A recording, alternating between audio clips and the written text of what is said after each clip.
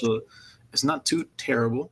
So either way, Rob Lucci has actually gone first in both last matchup and this matchup as well. So let's see how that goes for him. Yeah. And just a hard pass here from Whitebeard, not very known to have a two Don play. And Mm-hmm. I want to see. Yeah. I don't think that Rob Lucci, at least in the previous game, had enough pressure. Even with Whitebeard from before, literally taking 6Ks and just not guarding in any way, there was still like a what I would say 12 card hand. Yeah. Oh, By so we're the playing. Yeah, exactly. There was still he had so much in hand. So we actually see brand new and Spondom, which are great at finding your CP zero as well as your Navy cards. I mean, some of the Navy cards are extremely powerful, like Borsellino and Kuzan 4-drop. I wonder. That makes me wonder how like his build is different than other like pure CP0 Rob Lucci builds we've seen. Yeah, so definitely leaning in more heavily into both CP9 rather than just the Navy package. And I think that's a consequence of the fact that he needs this 1 and 2 drops in order to answer a lot of the Zoro presence in the metagame for this tournament in particular.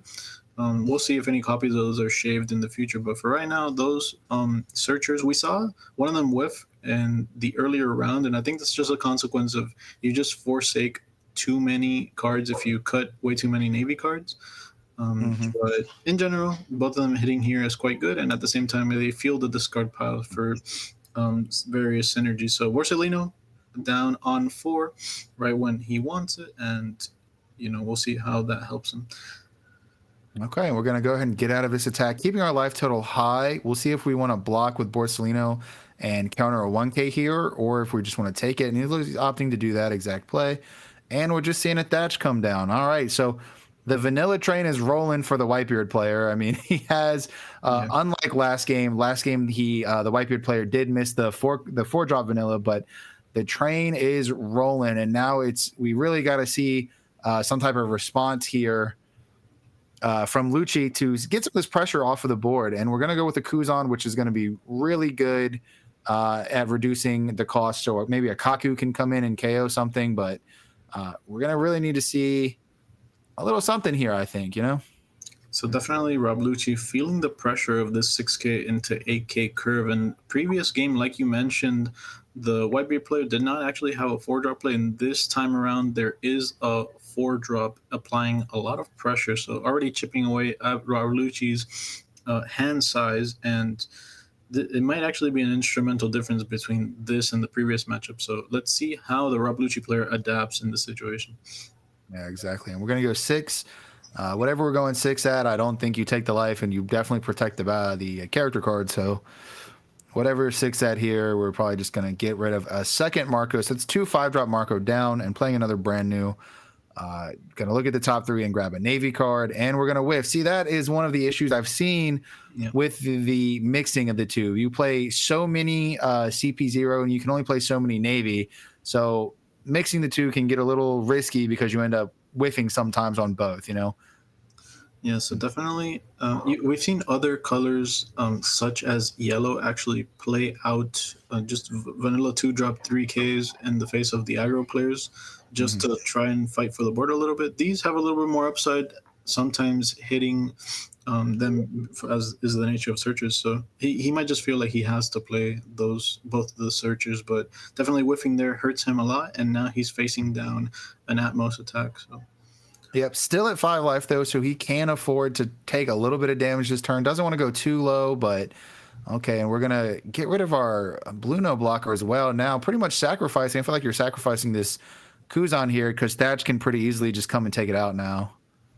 Yeah, so definitely sacrificing his character card there for the sake of keeping himself at 5 life. And this indicates to me that he basically wants to go ahead and starve out the Whitebeard player a little bit, saying, okay, if you don't have that many copies of the 9-drop, you won't be able to protect your life from your own effect.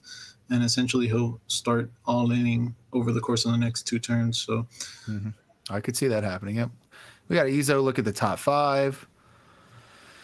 And yeah, what are you really searching for here, right? Marco blocker, ace, 9-drop beard. This is like pretty standard. Yeah, a very standard 1-drop into revealing either the 7 or the 9-drop would be ideal There you here, go. showing Okay. the Rob Lucci player the 9-drop, and now I wonder if the Rob Lucci player sort of wants to pivot into some sort.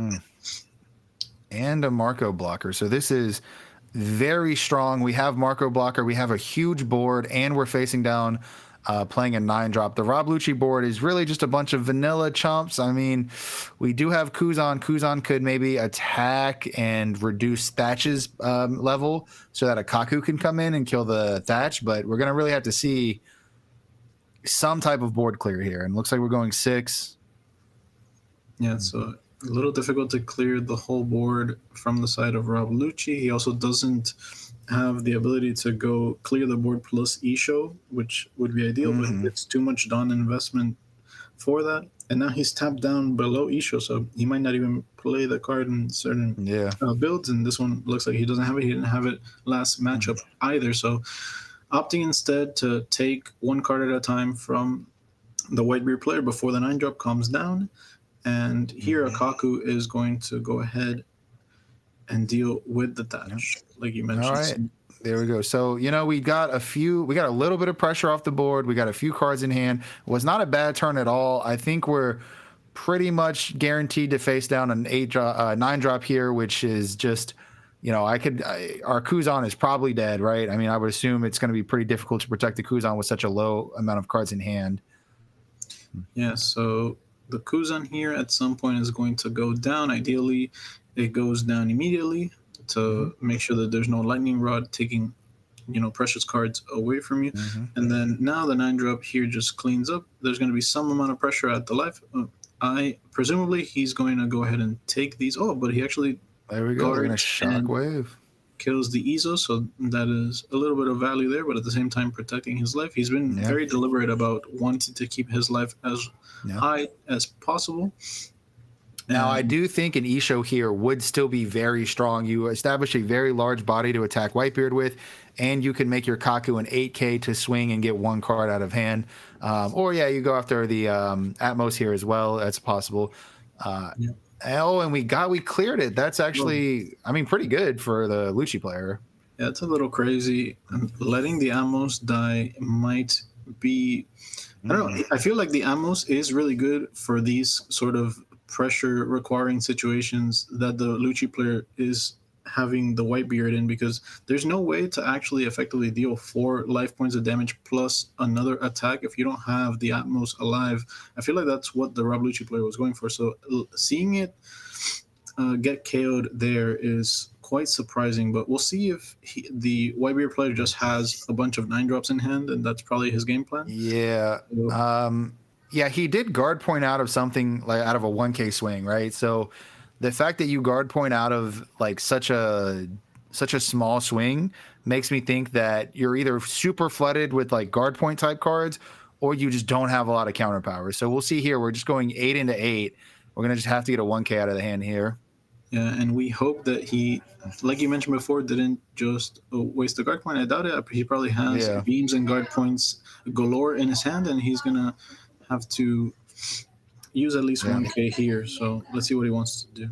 Here we go. And we're just swinging 8 here, so this will only require a 1K or an over counter. And oh wow, this is going to like indicate a lot here that we're going to guard point out of something that 1K would have gotten out of. That is actually very strong. Here we're going to see Bluno not giving Bluno a Don, so we're leaving 2 Don up, possibly because we have another Shockwave. 2 cards in hand again.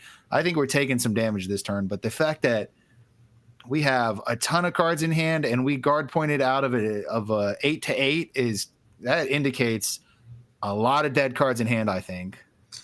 Yeah, so this Whitebeard player currently playing a little bit like he's Pharaoh, but at the same time, it might be all calculated from the start. So there's that second 9-drop, and that's going to be the pressure that he requires in order to try to close out this game. Definitely 2 of this life is just going away. And we see another Shockwave plus 4K. So these attacks are getting mitigated quite well so far. All right, are we going to see Shockwave off the life target the Marco? Oh, that'd be crazy. That'd be a deja vu moment, but yeah. Yeah, deja vu moment. So we're in the same position here. You know, we have a few more attackers. Our leader can swing. Our Kaku can swing pretty well without using too much Don.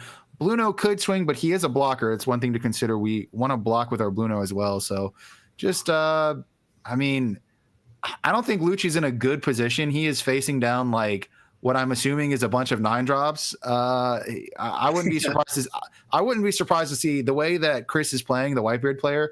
I would not be surprised to see a third 9-drop. I mean, and here we go. Finally, that's exactly what we wanted to see. Finally, the Issho, and we're going to discard 2 random cards out of our opponent's hand. And actually, it's interesting because if this Issho actually hits, for example, that third Whitebeard that we are thinking that he has in hand, it's actually a beam and a 2K. So that is a huge amount of guard power just gone. Yeah. So.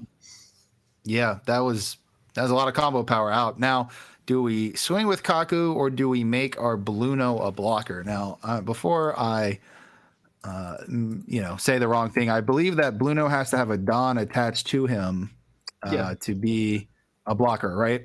No, that is correct. And also, being at 3 life, I do believe that he wants to just make sure that he covers all his bases, like I've said before. If you have the ability to control the game and sort of slow down the tempo of the game, especially against Whitebeard that deals itself damage, if he doesn't have a third 9-drop here, then it's going to be a decent all-in opportunity on the way back. So yeah.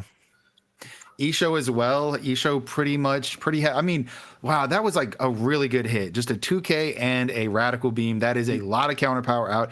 Issho in the same way, just really is a big body. If you have something like a Kaku even, by Issho's Don X1, by reducing everything's level by 3, you can also kill the Marco as well. So it's starting to get like pretty complicated. I mean, it's starting to get up there. Yeah, so this is a little bit of a difficult situation because the Whitebeard player has to be careful with how aggressive he gets versus how much Don he wants to represent in order to not get all in. It's very clear that he doesn't have a third 9-drop because he's hesitating on assigning Don. So I think that this last life is going to his hand at the end of the turn, and that spells basically it's going to be the last turn cycle here for the Rob Lucci coming up. So let's see how many resources the Whitebeard player wants to give him. And it looks like only 4 cards in hand. That is the power of that Issho, just eviscerating your opponent's hand. It's so strong. We're going to Whitebeard probably really wants to see another Marco blocker here. We're just going to go 7. We do also have our Bluno blocker. I really would like to take a look in his drop to see what targets he has. I don't think we've seen a Kumadori go to the drop this game. So it looks like we're really thinking here about what we want to do. Yeah, so this is quite a large inflection point when it comes to either blocking or not blocking this attack.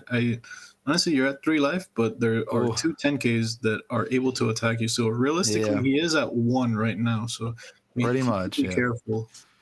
I agree there. He does need to be careful. Whitebeard's not out of it yet. I mean, we've seen this before. It's not over till it's over. He might also want to save his blocker. If the blocker can't play a substantial attacker, it might not be worth to even use it. It might gain more value as an attacker at that point. No Shockwave yet. No Shockwave target Marco, which I think would seal the game immediately. But so taking that first life indicates to me that he's going to look at all 3 of his life and try to get a lucky Shockwave from the top. I think that's what he's playing towards in revealing all his life. So we'll see if he actually is able to. And then here, there is an argument to be made to not revealing the last life, but we'll see. Okay, kill it. So it's just tough. So if you block with Bluno here, your opponent looks like 7 Don available, so that could be an ace. Yeah, that's true. So I mean, I don't know. I feel like if he had ace, he probably would have used it to kill the blocker, perhaps. I mean, I feel like he would have done that. Yeah, that would have been a little bit more optimal. So yeah. Either way, I don't think that the Whitebeard player wants to tap out on this turn. I don't think that lethal is available, and keeping this Marco up is critical. I do believe that if you've come this far as the Lucci player, you try to just take the last life, try to get lucky with the trigger, and if that doesn't work out, then see how you try to go for lethal on the way back. So I don't think you're surviving again is the problem. Exactly. So the thing is that he doesn't seem to have a substantial he does not seem to have a substantial attacker in his drop area, because we know Bluno plays a 4-cost CP0 from the drop. He doesn't have a Kumadori. I think all he has is Caulifla, which would draw 2 cards and then discard 2 cards. But I mean, that's not necessarily what you need to win. She's just not a good attacker. So I think you're right. I think you take this life here, and if it's a shockwave, then you pretty much auto win. If not, then you use the Bluno to attack. Your opponent is going to be at 0 life, and your Issho alone is really going to be doing something for you. Not to mention, this life could also be a Sakazuki or a Kaku, which in that case, it kills the blocker, and you can just go in with Issho at that point. Yes. Again, we also have Rob Lucci's leader ability, which attacks through that. It attacks through that Marco really well. So there's no shortage of options here. Again, Whitebeard only has 4 cards in hand. Even if that is 4 guard points, you know, that still probably might not be enough. And we're going to take it. No trigger here. Yeah, so it's been decided this will be the final turn of the game, and the second Marco is quite backbreaking here. As that was probably it. That's probably it right there. No, I don't think. I think this might come down to the leader ability, right? We can just kind of poke for 8s, try to get some guard points out of his hand, and then we can like really heavy shotgun our leader. If he blocks our leader, we just get to restand it. So I think we can swing for 8-10. So we could make Kaku an 8 and then make Issho a 10 and kind of see what happens at that point. What do you think about that play? Yeah, so definitely it's going to come down to when he wants to sequence his attack with his 9K attacker and when he wants to tap his leader the first time. So he just wants to take as many 1Ks out of the opponent's hand as possible. Okay. The opponent showed him 2 1Ks. Now there's only 3 cards left, and this is going to be a Marco block, presumably.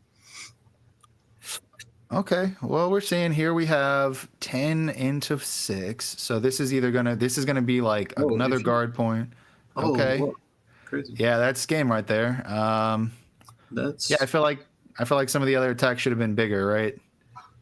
So the chip damages were fine, but definitely trying to go in with the leader first, maybe just to get a little bit more information. It just depends on if he can actually remove these Marcos through effects from his hand, because the way that he's moving right now, it doesn't seem like he can get these Marcos out of the way very efficiently. Yeah, if he has a Kaku, you definitely can win if you have Kaku here, because you would kill one of the Marcos, swing with your leader, untap it, and then swing again. Your opponent having 1 card in hand doesn't matter what it is, because your leader would be 5. And is this 7? Okay. So pulling up 7. Oh, there we go. 7 on brand new was 10, and that's actually great. There we go. I think we found our way to victory here. Because Radical Beam alone does not get out of this, which forces a blocker. And then as long as the last card in hand is not another Radical Beam, this will be game for Rob Lucci. Guard points. Oh my gosh. It was the 3rd Radical Beam. Wow. And wow. Okay. Yeah, that was it had to be exactly Radical Beam. Oh my goodness. That was actually what a heartbreaker, I think, right? I think both players played exceptionally well. And we did, to be fair, the way that Chris was playing, we knew he had a